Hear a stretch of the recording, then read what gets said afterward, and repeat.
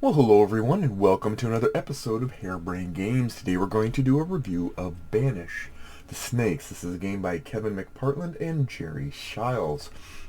Graphics by Terry Leeds. In it, you're going to, as 1 to 6 players, contend against the pagan forces in Ireland and attempt to convert them to Christendom. To do that, you will make a variety of conversion attempts across the map, while contending with many historical events that occurred to thwart you in your quest to save Christianity. Without further ado, let's get into it. Okay, let's go over what comes in every box of Banish the Snakes. First off, you get the board. This is a relatively large size board, covers the area of Ireland, also has a side map which covers the events going on in parallel during the times in England.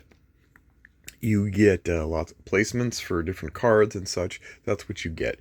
You're going to get player mats up to 6. For each player is going to get 1. It's going to represent a saint that they're in control of, with given parameters for their usage in trying to convert the Irish land to Christianity. You're also going to find lots of blocks, and these blocks had to be stickered. So if you're going to buy that, keep it in mind. If you don't like stickers, or if you get stressed out trying to make sure your stickers all line up, give yourself some time. It includes peoples. These are the actual the peoples in the lands of each of these regions. Then you have chiefs. These chiefs are in charge of the peoples, and their influence will affect the influence of the peoples in regards to how you're able to convert them. Then there's a druid in each region, and the druid's power is not known. These are going to be your ferocious one-on-one duels that you're going to have between saint and druid. And not knowing the initial value is going to mean you're going to have to take some risks and might lose some zeal. You also have leaders can become high kings or kings, and so each region, these regions, and they're chopped up into zones. There's a terminology for that, but ultimately, like, there's 1, 2, 3, 4 regions, and each one is split into either 2 or 3 zones, and each of these regions has a king, again, chiefs, druids, peoples. And then there's the High King, and which is great because I have very few games about High King. We need more of those. And he will influence the kings, and then it all trickles down. Trickle-down influences. Beyond that, there's also cards, a variety of cards. And this event deck is going to have tons and tons of things that could happen, historical events that will happen, etc. Each of these most of these are going to be events that take place, and then you will just continue on with your turn. Some of them are items you can, or cards that you can keep, additional saints that you can switch to when you die or perish for the name of the Lord. And all of that starts here. And then we have additional gifts of the spirit cards. These are triggered by events that come up, and they will give you bonuses, more persistent and valuable bonuses. A lot of different pieces going on. Then you've got some player aids here. And finally you have additional wooden cubes for when you die, or when a saint dies, they get their place here. If you want to come, the other saints can use those and even convert them to relics by flipping a grave marker, and then you can take the relics around, and they're going to give you a bonus. And then you have churches. You're going to be building churches from 1 to 4. So if you plant a church, you have to get rid of a druid to plant a church. I'm already getting into the gameplay, but anyway, then you're going to grow churches out, and the churches are going to give you influence, which will help you again convert the people. The more inputs that positively affect your attempts to convert, the better off you're going to be. And we have a manual, and this is a not very large manual. It's very precise and very concise. Provides almost all the information you're going to need. And finally, the playbook, which has some fantastic background information, very intricate information as to who was involved, who were the star players here in this game, how they became historically relevant to this quest. And then an example of play, which covers the first couple turns of a game, and a nice influence diagram, which is going to be important. That's what comes in Banish the Snakes. Now let's talk about how you play it.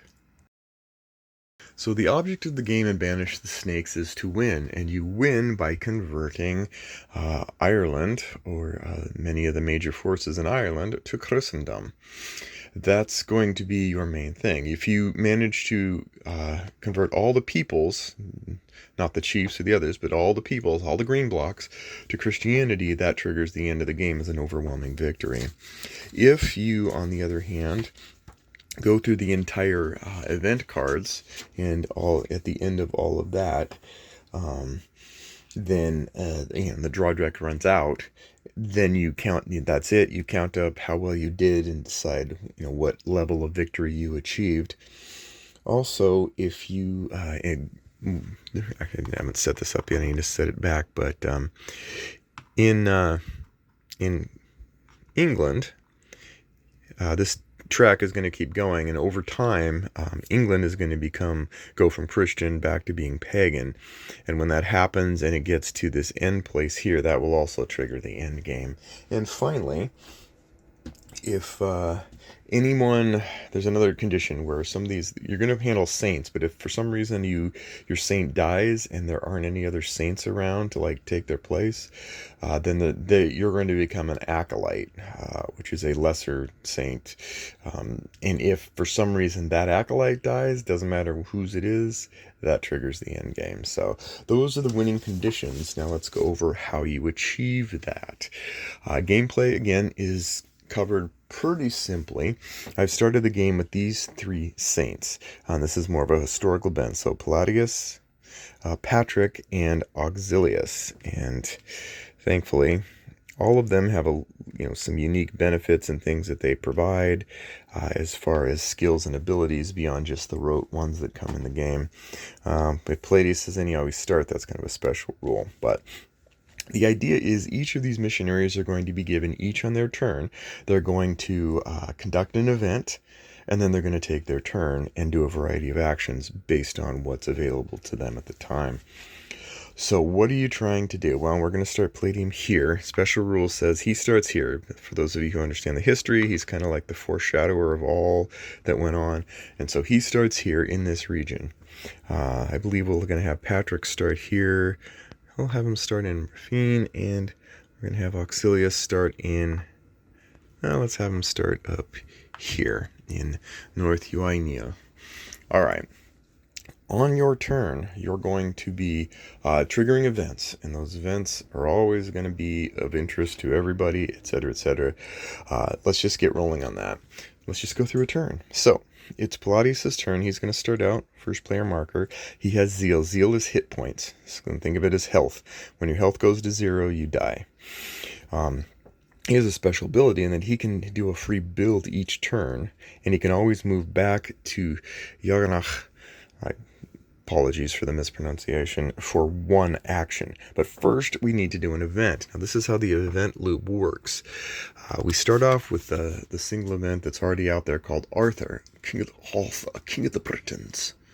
And this is powerful because it will move the paganism marker in Great Britain back 1 square, which is really the only card that does this, so it's kind of potent. But this is the interesting thing. You'll notice this over here on the right. This is the sort of the level of impact marker. Red usually means things are going to go very poorly for you, the players.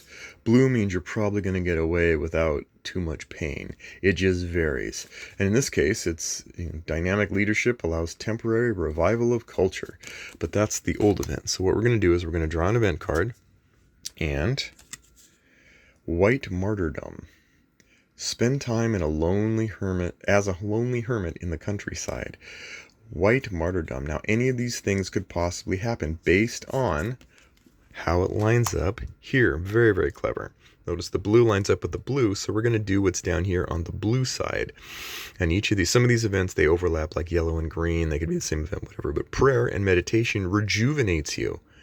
Improve your zeal by 1 square. Also, you have 5 actions this turn. Well, that's cool. So improve zeal and 5 actions this turn. That is awesome. You go, Palladius. And then this normally goes up here into the discard pile and switches over, knowing that the next event is going to be yellow, which might be less to our advantage or more impacting. Arthur is a special exception because he actually goes here instead. And whenever certain thresholds are triggered, whenever Scotland becomes pagan, we're going to flip those cards. Not flip them, we're going to take them and we're going to integrate them into the event card deck. These are not usually very good for us in our attempts at conversion. They're usually pretty demonstrably bad. And that's it. Now we're going to do Palladius' turn. Now what can Palladius do? Well, he's got 5 actions. Palladius. And again, he's free build. Now here, he's already gotten a free conversion. And so he's going to decide what to do. The druids are the gatekeepers of each region. So think of it like this. Until you unlock that druid to know what you're going up against, you can't convert anything else. Everything else is just off limits. And so you really kind of have to start here. Once that's revealed, doesn't have to be defeated yet, just revealed, then you can start trying to influence other entities in the region, like the king or the chief or the peoples. And so how does that work? Well, you'll notice there's 2 sides. There's one side, which is the pagan version of the peoples, and then the other side, which is the flock version. And then for the chiefs, you've got a pagan version, and then on the other side, you've got a Christian version of a chief, which will not only, instead of negatively benefiting you, it will positively benefit you in regards to converting other peoples in the region over to the cause of Christ.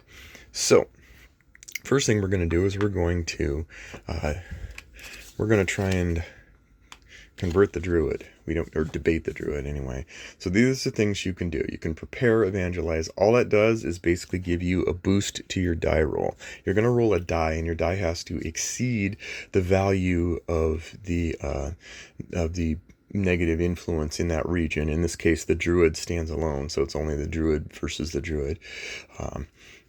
And see if you can exceed that. If you do, the conversion attempt is successful. You can also move. You can also build a new church in empty druid locations. You can improve a church. These you do once per location per turn, so you can't just like rapid fire build up something. Didn't work that way in history either. Give or take card with another player. Make a relic, and final effort. These last 3 are situational. And so for the most part, you're going to be focusing on moving, converting, and preparing and converting, and then subsequently building, and then the rest of these come into play. So let's say, for example, I have no idea what this druid is going to be, so I'm going to spend 3 points to be able to give myself a positive boost and decide. And we reveal the druid, and it's 3.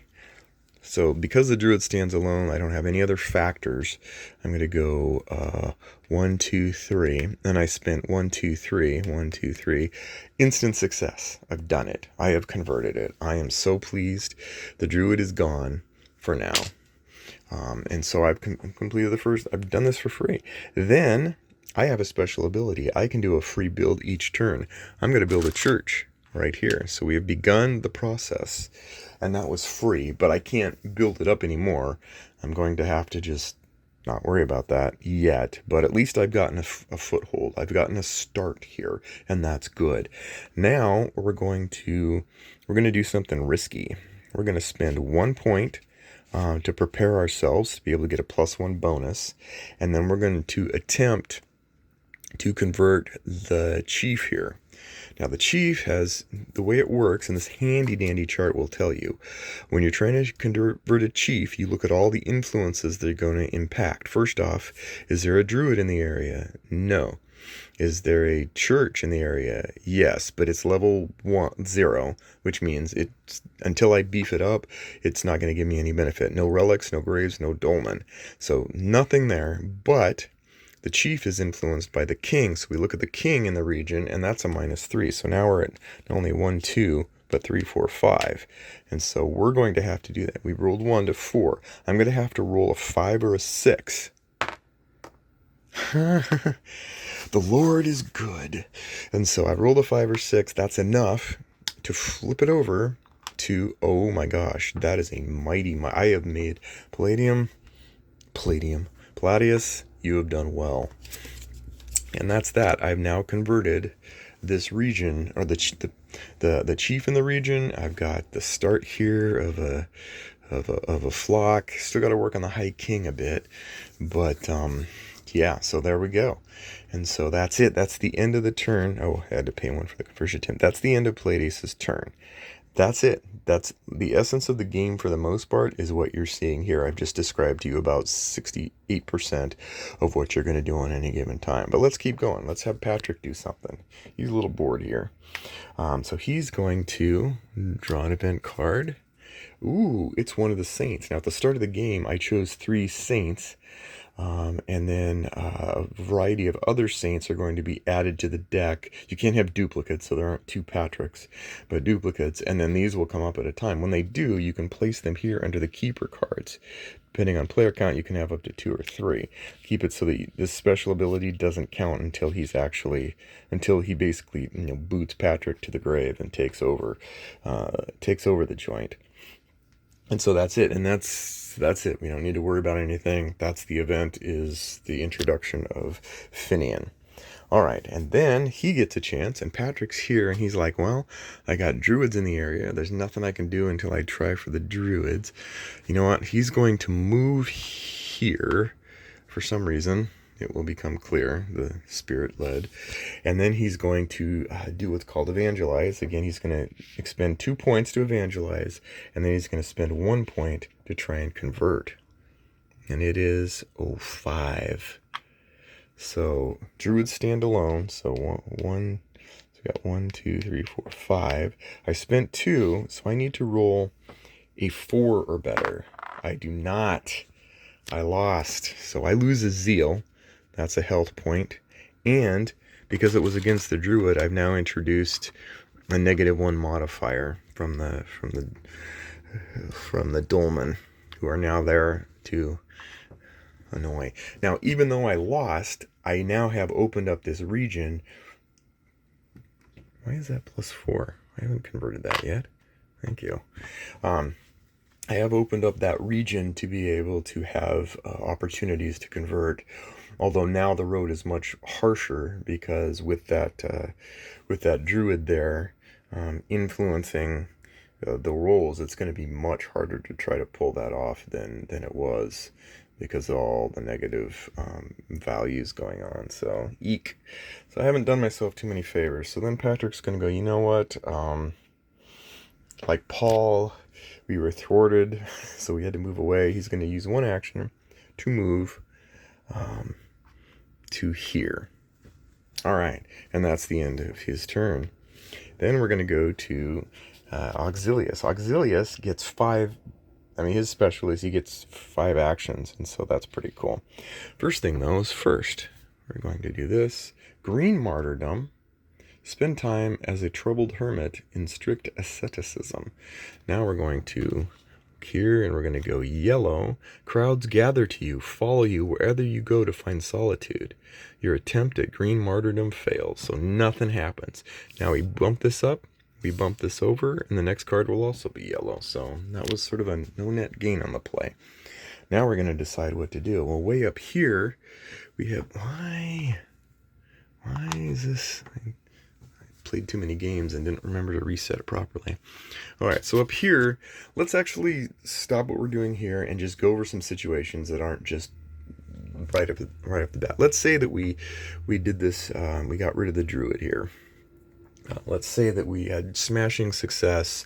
We were able to convert some things here, and we were able to go, say here, say we had a level 1 church, but we beefed it to level 2. And then we beefed it to level 3, which is a +2 modifier. You can have 1 church that's actually level 3. 0 and level 4, which is a +3 modifier. But let's say we're here, and let's say that we want to convert. We want to convert a king. Kings are a little bit interesting. No, we're going to try and convert this people here. So we're going to say, you know what, that's 5 plus there's no druid there. Again, we're going to look at our chart. No druid, no, but a church, which is a plus 0, 1, 2, plus 2. Relic, grave, minus dolmen, plus 2. And then the chief is a plus 1. So we're looking pretty good here. So say we, it's -5. We're going to try for that. So -5. Then we have no other negative bonuses. So we go through and go, well, the church is going to give me 2. So we drop it to 2. The chief is going to drop it another 1. And yeah, and there you go. And so now we roll and we try to convert again. 6, that's a conversion. So yay, we converted it over. We're doing really well here. We've got a real basis, a real base camp, as it were. And that's for people, which is, again, the whole point is to convert the people. But let's say we're trying to convert a king. A king works differently because a king has a kingdom. This king is over both of these regions. And so in this case, you might have a church somewhere that's all ready to roll. However, when it comes to kings, they're a little different because they're going to use the worst situation possible. So say we had, you couldn't even try it without, like the worst situation here. There we go. All right, so say we had this. Well, the church is going to be ignored, and instead it's going to be -1, plus the high king is going to influence the kings. You're going to see that the kings take it from like many directions. So they're going to be like, there we go. So the high king is going to influence the king. The worst in the province is going to influence the king. So it's going to be a tricky thing. So -1, innately. -3, could add the 2. -4 for -7. -8. So yeah, so we're not, this is automatic failure right now unless we've prepared or evangelized or we have something that will give us a bonus. So that's the situation you're in. You're going to have to whittle down some things in order to get to the point where you can even have a shot at converting in this, this pagan stronghold per se. So there's that. Now, if that were gone, then the church would be a +2, and that would affect things, etc. And so the reality is there's just, again, I call it a trickle down, but that's what it is. It's like, it's not just converting something of its own accord, other than the druids, but every one of these groups, the people, the chiefs, the kings, and the high kings, have a set of influences coming down that are also going to modify their resistance to being converted. Then, on the other hand, some of these cards, and we haven't gone into all of them, but some of these cards are going to be, like, for example, Angles Attack, Advanced Paganism, 2 squares. Well, that's, 1, 2. Now we've flipped Scotland to paganism. We're going to roll all these cards into that deck, and so on and so forth as we make our way down to completely pagan Britain. And all the while, that's going on. And that's it. That's really it. The only other thing is if the zeal goes down to 0, there's a final effort thing. If you make a final effort, you're saying this. It's literally this is my final breath, so I'm going to try and convert you. If a saint dies, then they are replaced with, there you go. You're replaced with a grave, and that's going to always go like, yeah, your heart will go on, and so will your reputation. Now, if there's not you can immediately switch to a new saint if you have one. If you don't, you have to switch over, and we don't need to say they died per se. If we wanted to be more sensitive, we can just say they've wasted away again in Margaritaville. But here we go. Now we're into the Acolyte. Not quite as powerful, but still, you do not want the Acolyte to die, because that will trigger the end game. That's just a bridge too far in the mortality department. But that's it. Those are the things to keep in mind. All of this is going on. A lot of events are taking place. You're going to find yourself doing similar things every turn, but there's always going to be some inputs and some game state situation changing around you that's thematically and historically accurate and entertaining. So that's Banish the Snakes. That's what we have. Let's get into my final thoughts. Okay, final thoughts on Banish, the snakes. First off, we are going to talk about, as always, the cons, then the pros, and finally my final thoughts. As for the cons, I think one of the things to be mindful of, I don't consider it a con, but others might, is to realize that this is not a typical GMT level complex game, the likes of which you would spend many hours frowning and staring at combat results tables or conversion results tables or anything like that. The majority of your meat and potatoes choices in this game for every player is going to be relatively simple. The actions themselves, we'll get to more on that later, but ultimately it comes down to you're going to evangelize, aka pad your risk, and then attempt to convert, which is to take the risk. And that's going to be a large majority of the actions you're going to take, other than moving to places to continue to do that. That's something that some people did find a little bit more surprising than they assumed at, for example, the game conference I was just at this weekend, where I brought my copy in to play. The actual basic flow of the game is very simple. It's the reaction to events and the leveraging of extracurriculars where you find the thematic and long-term enjoyment and immersion on that one. The other thing is there's a couple small clarification issues in the rulebook, or some things that just needed some small clarification. Nothing major, nothing even remotely major. It's a very straightforward game. I think one of the ones was that if you some of the saints get free actions, free build actions, and that also does include improve as well as build, and that wasn't explicitly set out. So the other thing is, this is a game that has stickers, and so you're going to be stickering a lot of blocks. I think for the most part the instructions are pretty clear. There's a couple places where it lists things as spares, and I was a little bit confused as to what those pointed to. But certain ones where you have to have one side of a wood block be this and the other side be exactly that, they did a good job of saying, like, pair these up together. You do not, I mean, that's probably the most stress there's going to be in the game overall. Was the like making sure you didn't screw up the stickers, because once those suckers are on, they don't come off very easily, and then spinning it going, and then those dreaded times when you're just like, oh, I'm off, it's not perfectly symmetrically aligned, and the sticker's not where it needs to be, and then it's going to bug you the rest of eternity. The other thing is, some of the wood, more than their share of wood blocks in this, were actually like chipped on a corner, which is weird. Of course, it makes the stickers stick over, and because it's not a competitive game, you don't have to worry about it being marked and people knowing what they are. It's cooperative, so whatever. But it was surprising, more than my replacements could afford. That's very new, and just, again, it's a co-op game. It's not a big deal. And honestly, stickering stuff, like, just block out time for it. Just go, like, I'm going to take an hour when I get this game and block it out, and sticker these puppies. Not a big deal. I actually find it kind of medicinal, kind of like soothing. Sometimes you just, put on a Netflix show and just kind of sticker, or just, read up on Flex, ECS systems, which is what I did, and while you're watching it, going, okay, you learn while you sticker. So,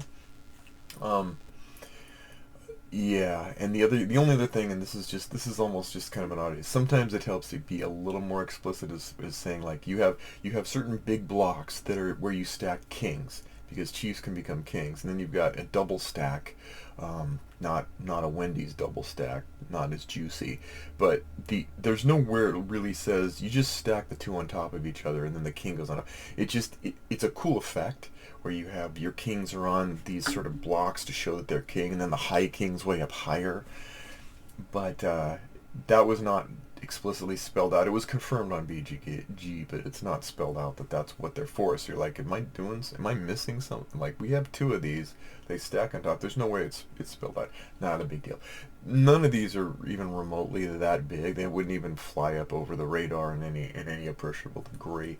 The only other thing that was more impacting as far as my playtime with people was that several friends, good friends, love them to death, refused to play it based on the premise because, having read the one sentence summary of the game or even just the they wanted nothing to do with it. Um, they're right. They can do what they want. I will warn you that this is about, a historical event, which I think has great impact. If you've read Cavill's book on how the Irish saved civilization, which I have a couple years ago, like this is a real event in real history like anything else. I think it's a mistake to just on a one sentence like secondary summary just kind of dismiss it because of the research. And I mean, honestly, this is Kevin McPartland we're talking about. He did Conquest of Paradise years ago, and in that same vein, it's very clear to me that in this topic matter, it was the same thoughtfulness, the same respectfulness, the same insightful research on the topic to make this a game of brilliantly and thematically crafted and contoured around the theme. And so unless you're absolutely just fully on against anything with any sign of Christianity's progress or influence, I think that you can allay that. But again, if that's something that you're like, I just don't want to go into that, this is the you're the one target group that this wouldn't be for, in my opinion. So now let's get into the pros. The art is exquisite. I mean, that box cover, years ago they were showing different art and stuff like that, but the art you see here is really the art and the feel and the style you're going to see in the game, and it so evokes, the Irish style. Oh, it's so brilliant. It's exquisite in the manual, on the game board, on the box, on the playbook, on the cards, the map, all the aspects of the map. It's absolutely gorgeous. It honestly puts the non-stickered wooden pieces to shame. And then you're like, hey, we got all this cool stuff. Sort of like reminds me of Plains Indian Wars, where you've got all this cool map and beautiful art and all that, and then you get little wooden cubes to represent people. I bling that sucker out so fast. I'm probably going to do the same here, where you can have little tiny churches all the way up to the major cathedral. That said, the stickered pieces are grand. You got the little artwork on them is very evocative. It's and the propping of the kings and the high kings in their higher spots is spatially is both functionally and thematically rich. The rulebook is very clear, it's very concise, and there's very little room for ambiguity as we learn to play. In most places, I mentioned a couple things, but in most places, the playbook is an absolute must-read. It really is a grand entrance into the topic, done with everything you need. It's intentionally tries to imbue within you the proper mindset, context, framework, zeal, history, and understanding of all the major players in this particular area of history that's being simulated, so that you can play the game at its zenith. It's a solid game at all player counts. Even at 6 players, you're not spending a whole lot of time. Yes, there's a little bit of a delay between turns, but in general, your turns are flowing. They're flowing fast. There's no, big end of round effects. There's no coin level flow chart for what players do because of that simplicity. That may be a drawback for some. It's a bonus for others, being able to go like, it's my turn. Handle the event and then do some basic simple actions that make the most sense. Solo is fine. I think it's great. There's nothing particularly like set apart to say solo. There are certain configurations that aren't great solo starting out. There's a certain saint you probably don't want to play with off the bat, but you can play multi-handed and you'll be just fine, as I did. I played several multi-handed games while I was waiting on others at the conference last weekend, and or you can play solo as well, because the events that fire are tethered to the player count. They meter themselves out, so that you're not having to go like, like one player is trying to contend with all these things. No, it's like one event, one player, two events, two players. Works well. And the thing that I love is that this is not a pandemic clone. or it doesn't even, it's just not, it doesn't even feel like it. And that's great because, to be honest, I'm not personally inclined to enjoy too many co-op games unless they're sort of story-driven narratives or campaign games or whatever. I really am not a big fan of Pandemic. I enjoyed the Legacy series games, but I thought that the Pandemic part was something I just kind of went through for the most part to enjoy the parts of Pandemic Legacy 0, 1, and 2 that that piqued my interest, because a lot of times in games, I'm just not a big fan of games that are just kind of all about everyone solving a puzzle, not even just for the alpha, the alpha male, or not alpha, that the alpha player kind of situation, or that they try to make them, ratchet them and make them really difficult because that's how they think they're going to get, the, value out of it. I don't agree with that. Or they're too esoteric, or they feel too on rails, or they're too off rails and they're just random events, or you just feel like you're just like, adding and removing cubes in places. And then that's why I didn't like Star Wars Clone Wars, to be honest, even though it was probably the best Pandemic game they've ever shipped, and I still wasn't all that much. This changes it this does not do that. And the other things, a lot of Christian games do that, like Commissioned and Wisdom of Solomon, Kings of Israel, etc. In the end of the day, they are fancified Pandemic clones, and yes, you can trade out certain, how you interpret a cube as being a follower, a worshiper, somebody with a disease, or a bishop, or a missionary, or a prophet, whatever. But in the end, it's still just that kind of add and remove and keep things at bay. I'm also not a tower defense person too much either. That might be why I don't enjoy them. And so it's nice and refreshing to see Banish the Snakes not be to not be just a more elegant version of a Pandemic system. Yes, you're not keeping things at bay. You're not add 4 more pagans here. No, you're converting. You're making an act to kind of convert, and you're converting up the chain, and you're dealing with events that are thematically plausible and not just random thrown in the random, like, add cubes or move cubes. I love that about it. It masks all that droll, samey feel using asymmetric saint powers, card events that are metered and somewhat orderly, but not unpredictable and just random crapshoots either. And so that's great. And the other thing that this has, that Pandemic does, it has the trickle-down influence and the regional influences that all make for this realistic interpretation of how influences are manifested, or how you would go about doing the conversion in a way that makes sense historically, thematically, and from a gameplay perspective. Again, you've got the High King, and the High King says, "This is my influence down to you, kings." You've got the kings, and those kings are all influencing those chiefs, and then you got the chiefs taking on the influencing the people, and then you've got the druids that are just standing alone, going, "I'm the last bastion against you Christian types," and stuff. And so you're navigating this web of dependencies, in the grave situation of graves and relics and dolmens in there, and all these things that combine. It means that you're strategizing just beyond just simple, sticking your thumb in the holes of dams, pulling a card and figuring out what new holes there are, what you can plug up. You're constructing a plan, an actual plan for where in that web you're going to chip away at the pagan influence, and optimizing your strategies there, accordingly. And the other thing is the events themselves. It isn't just, here's an event, okay, sometime in this game we're going to have this event happen. It's sometime in this game this event in history is going to happen.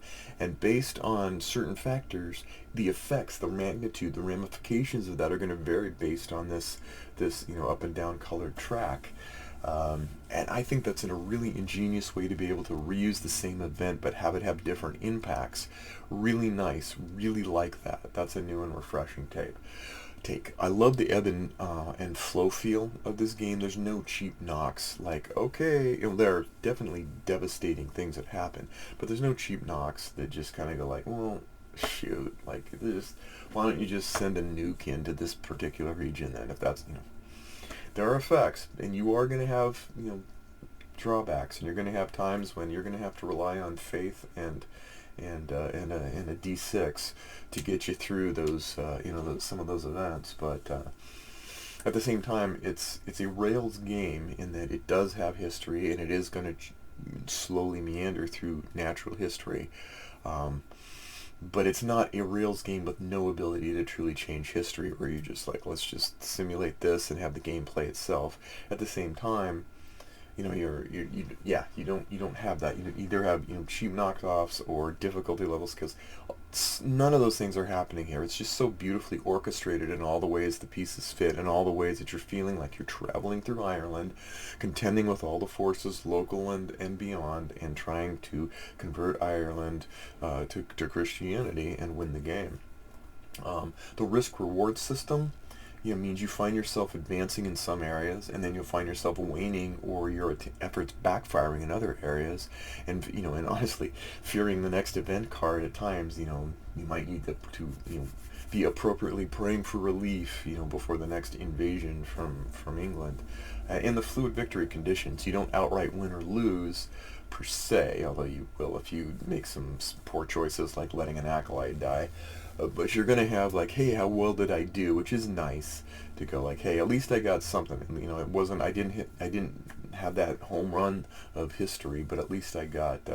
At least I advanced a cause, and that's where I think that's great. And the final thing that I liked the most was that the respectful and just thoughtful approach to the subject that exudes every aspect of it, from the designer's vision to the artist's brushstroke to the table where I set it up.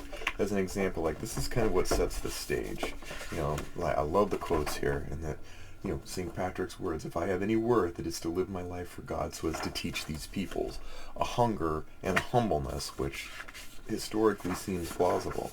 The other thing is the introduction of the playbook for anybody who has aspirations that this is a crusades kind of thing, is that Reverend Darius L. Swan, if you put aside the imperialistic approach to mission that says we've come to save you from darkness and hell, and adopt a position that says God has spoken in various ways to various people at various times, then it opens you to look for things that enlighten you, that come from below, from the people that traditional missionaries lost.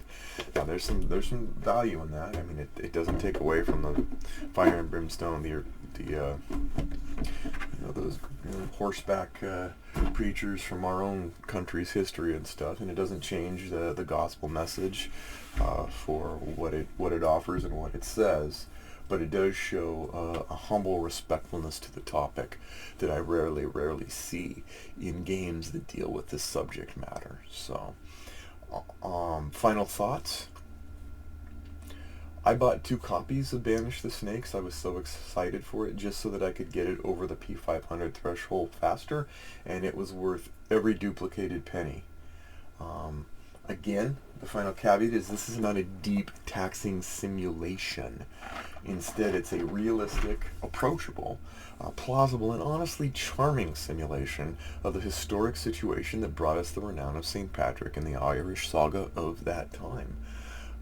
I would say that this is, other than The Mission by White Dog Games, this is the best biblical themed game I've played yet. The Mission is deeper and much more intricate. This is much more approachable to teach and play, and it's the Mission covers 2,000 years of Christianity. This covers the Irish portion of that. And so honestly, thank you again to Kevin McPartland. He has yet again shown a charm and a cleverness in his design that makes his games a welcome sight on my gaming table shores. So thanks again, and we'll see you next time on Harebrained Games.